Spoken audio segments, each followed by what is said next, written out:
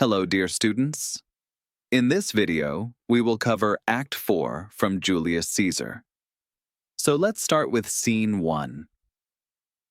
The night was heavy with smoke from the day's riots, and in a private house near the Forum, 3 men sat at a table spread with wax tablets and maps of Rome and the provinces beyond.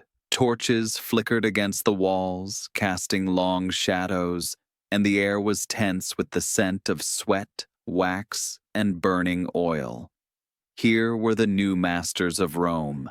Mark Antony, still fierce with grief, but already hardened into the armor of power.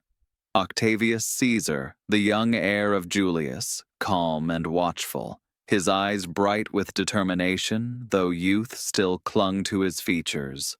Lepidus, older, cautious, a man of respectable name but weaker presence, already treated as a tool more than an equal. Upon the table lay a list of names, senators, nobles, men of influence, not a list of allies, but of enemies to be destroyed. Antony's voice was sharp, decisive, as he pointed to the tablets. These men must die. Rome cannot stand with them still breathing. They are friends of Brutus and Cassius, sympathizers, men who may stir rebellion. We will proscribe them, write their names down, and send the executioners. Lepidus frowned, shifting uneasily. He traced one name with his finger, his lips tight. I am content with many of these, but here? My own brother's name? Will you demand his death as well? Antony's expression was hard, without pity. Yes, if Rome is to live, we cannot weigh family against duty. Your brother must die. Lepidus hesitated, pain flickering in his eyes, but at last he bowed his head, if it must be so. Antony leaned back, coldly satisfied. You see, Octavius, even Lepidus yields. So must we all. There can be no mercy for those who might stand against us. Octavius spoke quietly but firmly, his youth hidden by the steadiness of his tone. And what of my sister's son? His name appears here. Will you cut down even my blood? Antony looked at him steadily. Yes. If his blood threatens Rome or threatens us, then it must flow. I do not shrink from it, nor should you. For a moment, Octavius's jaw tightened. He was young, but already he understood what Antony meant. Power was not held with softness. At last, he nodded. Then let it be done. They bent over the list again, marking names one by one. Some were senators, some former allies of Caesar, some merely men too wealthy or too independent to be left unchecked.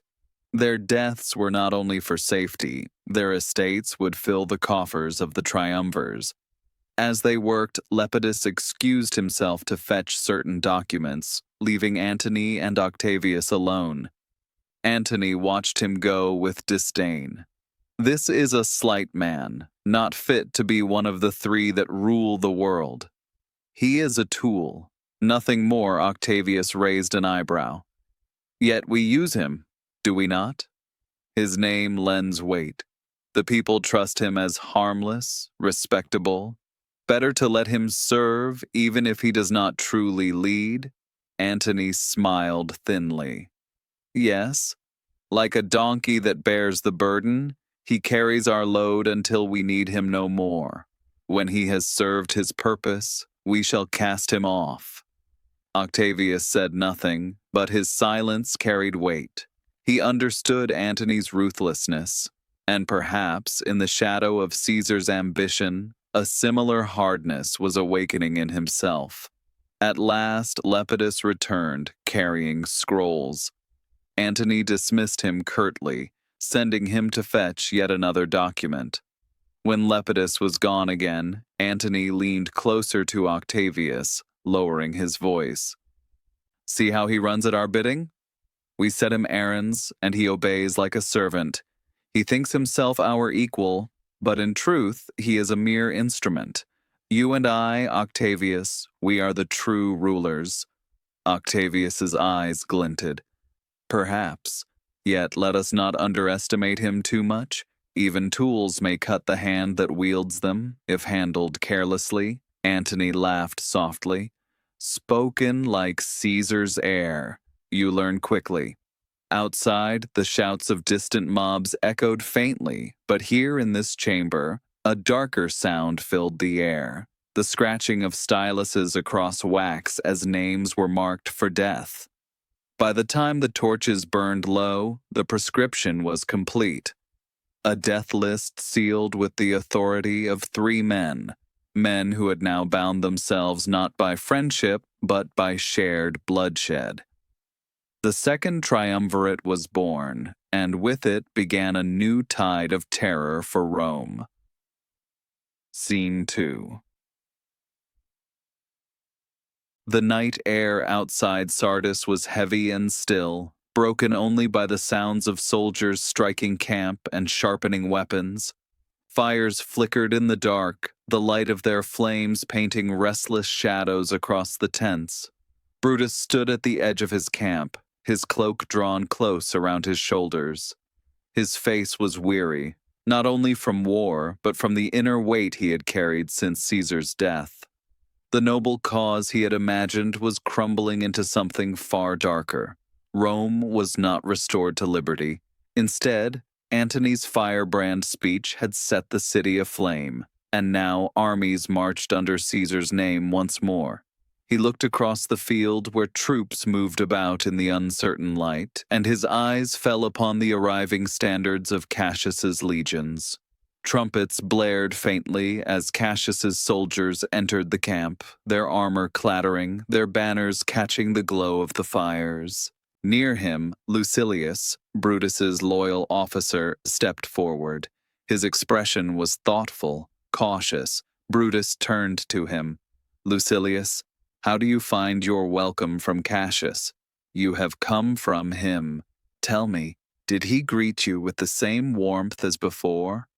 Lucilius hesitated, then answered with careful words. With respect, sir, he was courteous, but not as he once was. He embraced me not as a friend long cherished, but as one to whom courtesy must be paid. The fire of his affection seemed cooled, though he wrapped it in fair words. Brutus frowned, his brow furrowing. Thou hast described a hot friend cooled. When love begins to fade, it is quickly dressed in ceremony. Such hollow greetings are the cover for hearts that no longer beat in tune. When friendship stands upright, there is no need for ornament, only truth. But when it decays, it paints itself with show. I fear, Lucilius, that Cassius and I are drifting apart. Lucilius lowered his head as though to soften the sting of his master's thought. At that moment, Cassius himself rode into view on horseback, dismounting as his officers surrounded him. His face was stern, his eyes sharp. He approached Brutus, and though his voice carried formality, there was tension beneath it. Most noble brother, you have done me wrong. Brutus stiffened, his calm composure tightening. But this was not the place to argue, not with their armies watching. He raised a hand and spoke evenly. Cassius, you are welcome to this camp. But let us speak within my tent, where private words may be exchanged without soldiers looking on. I will not have our men see generals in discord. Lucilius, bid them guard the door and let no man enter until we have spoken. Cassius's eyes narrowed, but he agreed with a curt nod. Together, the two leaders entered the large tent of Brutus, the canvas walls glowing from torches set within. Outside, soldiers murmured to one another, wondering what storm might break between their commanders. Lucilius and Titinius took up their posts at the entrance, their hands on their swords. The night deepened, and within the tent, Brutus and Cassius prepared to speak the words that might either mend or break their fragile alliance. Scene 3. The interior of Brutus's tent glowed with the flicker of torches. Shadows leapt across the canvas walls, restless and jagged, as though reflecting the mood of the two men inside. Outside, Lucilius and Titinius guarded the entrance, steel ready in case any soldier tried to intrude. Within, Brutus and Cassius stood face to face, their friendship stretched taut, ready to snap. Cassius spoke first, his voice heated, eyes blazing. Cassius, Brutus, you have wronged me. A friend should never dishonor a friend, and yet you have stained me with injustice.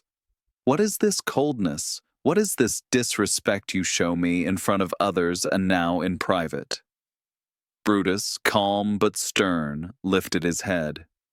Brutus, judge me not with passion, Cassius. If I have wronged you, prove it, and I will make amends. But you must know this. You yourself have wronged me.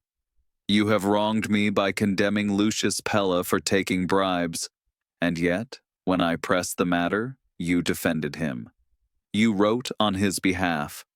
In this, Cassius, you dishonored justice.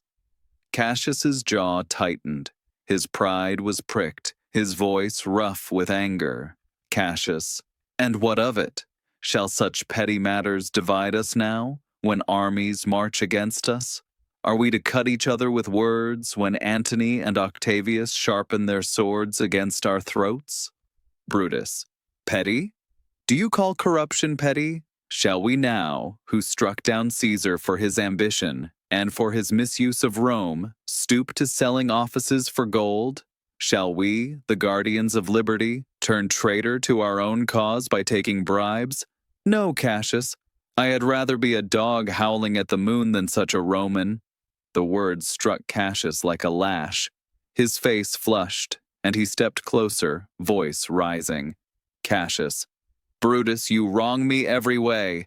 You wrong me to say this. I denied you nothing when you asked of me. But now, when I have written in favor of a friend, you spit on it. You shame me in front of others. Is this brotherhood? Is this friendship? If you are so noble, so pure, then use my heart. Strike me down now, and let my life's blood answer for your pride. Cassius drew his dagger halfway from its sheath, eyes burning. Brutus did not flinch. Brutus, put up your dagger.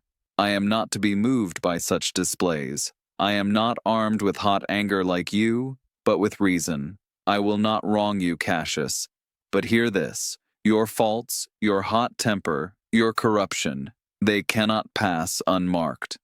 The two men glared at one another, the silence between them crackling like thunder yet to break. At last, Cassius's voice cracked with wounded pride, his anger turning to pain. Cassius, you love me not. If you did, you would bear with me. But no, you do not love me. Brutus has grown too cold, too rigid. You would rather march with your rules and your pride than with my friendship. So take my heart. Here. He thrusts out his dagger. Strike me, for I am weary of this world, weary of your scorn. Brutus's face softened. Though stern by nature, he could not bear to see the man who had once been his closest ally broken before him. He stepped forward and seized Cassius's hand, lowering the dagger. Brutus, sheathe your weapon. If I were hot-tempered like you, Cassius, we might have come to blood. But I am your friend still. I am not angry for myself, but for the cause we both swore to serve. Cassius, let us not destroy ourselves with division when Rome needs us united. Cassius's eyes glistened. His voice trembled with a mixture of shame and relief. Cassius, Brutus, you are noble indeed. I am quick of temper, and my anger blinds me. Forgive me. My heart is yours, as it ever was. If it is not, then this dagger shall prove it false. He dropped the dagger to the floor and embraced Brutus fiercely. For a moment, the storm between them broke, and calm returned. Brutus allowed a faint smile, though it was weary. "There is my heart, Cassius. Be not quick to think yourself unloved. Our cause is too heavy for petty quarrels. We must stand as brothers or fall as enemies." Just then, a faint knock sounded at the tent flap. Lucilius's voice called softly, "My lords, forgive the intrusion, but a poet presses for entry. He says he must speak to you both." Brutus frowned. A poet? At such a time? Before Lucilius could hold him back, a wild-eyed poet burst into the tent. His hair was unkempt, his clothes disordered, but his voice rang with passion. Poet. "O generals, let me plead, love one another and be friends again. Do not let Rome's hope crumble because two noble men quarrel like children. The world is watching, do not betray it." Brutus and Cassius exchanged startled looks. For a moment, even their heated pride could not help but soften at the strange figure. Brutus sighed, almost amused, despite the weight of the hour. Brutus. "You are too bold, poet. Go back, and trouble us no more with your verses." "This matter is resolved." Lucilius gently led the poet out, and silence fell once more. Now Brutus turned to Cassius, his face grave. "Our hearts are reconciled, Cassius. But let us turn to the greater matter. This night we must plan our march. News has come. Octavius and Antony strengthen their armies. We must decide where to meet them, and how." The two men sat at the table, torches burning low, their hands still trembling faintly from their quarrel. Their bond was repaired, but the fissure between them remained, unseen yet dangerous. For though reconciled, they were not the same as before. The tent glowed with fragile peace, but outside, the storm of war gathered, and fate waited to judge them both. The torchlight in Brutus's tent had settled into a softer glow. The storm between the two generals had broken, leaving silence in its wake. Cassius, weary from the clash of pride and affection, sat heavily at the table, while Brutus remained standing, his expression calmer, though his eyes carried shadows of a deeper weight. For a time, they said nothing. The air was heavy, as though both men struggled with thoughts they dared not voice. At last, Brutus spoke, his voice low and heavy, almost breaking. "Brutus. Cassius, there is something I must tell you, something that cuts deeper than all our quarrels. I have borne it silently until now, for the weight of it has pressed upon my soul." Cassius looked up, concern replacing anger. "What troubles you, Brutus?" "Speak." Brutus turned away for a moment as if ashamed, then faced his friend. "Brutus, Portia is dead." The words fell into the air like a blow. Cassius's face twisted in shock. "Dead? Impossible. How? When?" Brutus's voice trembled, but he forced it steady. "She could not bear it, Cassius. The weight of our cause, the uncertainty of our fate, the loneliness of her waiting, all these gnawed at her heart. She feared what would become of me, what would become of Rome. In despair, she took fire into her own mouth. She swallowed the coals from the hearth and died in torment." He closed his eyes, his face carved with sorrow, though he stood stiffly, refusing to weep. "Thus fell my Portia, noble, strong, but broken by the storm we raised." Cassius gasped, struck with grief. "O Portia, noble lady, and worth more than all this strife. Brutus, why did you not tell me sooner? Why did you bear such pain alone?" Brutus's reply was strained, like a man holding a heavy burden. "Do you think I could weaken when the cause demanded strength? Do you think I could weep before my soldiers when their eyes seek courage in mine? I locked the grief within me, Cassius. My heart is split, but I will not show the crack." Cassius reached for his friend's hand, his own eyes moist. "You are greater than I, Brutus, in patience and in suffering. I would have broken beneath such news. Yet you stand unshaken. I honor you for it." Brutus gave a faint, sad smile. "Do not honor me. I am not stone. The wound bleeds, though I bind it fast. But we have no time for tears. Rome presses, and Antony marches. Grief must wait." At that moment, footsteps approached the tent. Messengers entered swiftly, bowing. One spoke, his voice urgent. "Lords, news has come. Octavius and Mark Antony have gathered mighty armies. They march upon Philippi, not far from here. Their soldiers grow daily, and their numbers swell." Brutus and Cassius exchanged grave looks. The brief moment of private sorrow was swallowed by the looming shadow of war. Brutus straightened, his voice regaining its edge of command. "Then we must decide, Cassius. Shall we stay here at Sardis and let them seek us, or march to Philippi and meet them there?" Cassius leaned forward, frowning. "Better we hold our ground. Let them waste their strength in coming to us. Their soldiers, weary from travel, will arrive tired, while ours, rested, will strike with fresh force. Why shall we go to them when time and distance will wear them down?" Brutus shook his head. His eyes burned with the conviction of reason. "No, Cassius. If we wait, their power grows with every step. Each town they pass will join them, swelling their ranks. But if we march to Philippi at once, we shall strike before they gather more. Their forces are at their peak now, ours burn with spirit. If we delay, our fire will cool, their strength will grow, and the tide of fortune may turn against us. Better to seize the moment while it still leans our way." Cassius paused, torn. His instinct urged caution, yet Brutus's words rang with the sharpness of strategy. At last he sighed, yielding.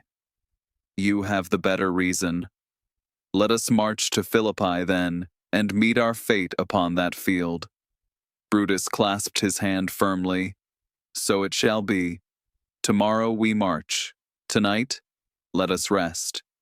The messengers withdrew, leaving the two generals in the dim torchlight once more. The decision was sealed. The die was cast. As silence settled again, Brutus turned aside, his face in shadow. Though he had spoken with reason and command, the ache of Portia's death weighed heavy within him. His outward calm was but a mask, behind which grief and dread gnawed at his soul. Cassius watched him in quiet sorrow, then spoke softly. "We must be strong, Brutus." "Strong for Rome." Brutus gave a faint nod. "Yes, strong for Rome." But in his heart, he felt the slow unraveling of all he had fought for, liberty stained with blood, friendship strained to breaking, and love lost to despair. Outside, the campfires crackled, soldiers murmured, and above, the stars burned cold and distant, as though watching silently the fate that would soon unfold at Philippi. Dear students, now we will recall some important moments across different scenes in this fourth act. So from Scene 1. The triumvir's ruthlessness. Antony, Octavius, and Lepidus form the second triumvirate. They draw up a list of senators and enemies to be executed. This shows their ruthlessness and Antony's dominance. Antony mocks Lepidus, calling him fit only to run errands. This foreshadows power struggles even within the triumvirate.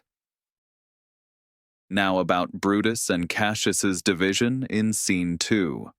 Meanwhile, in Brutus's camp, he and Cassius meet with their armies.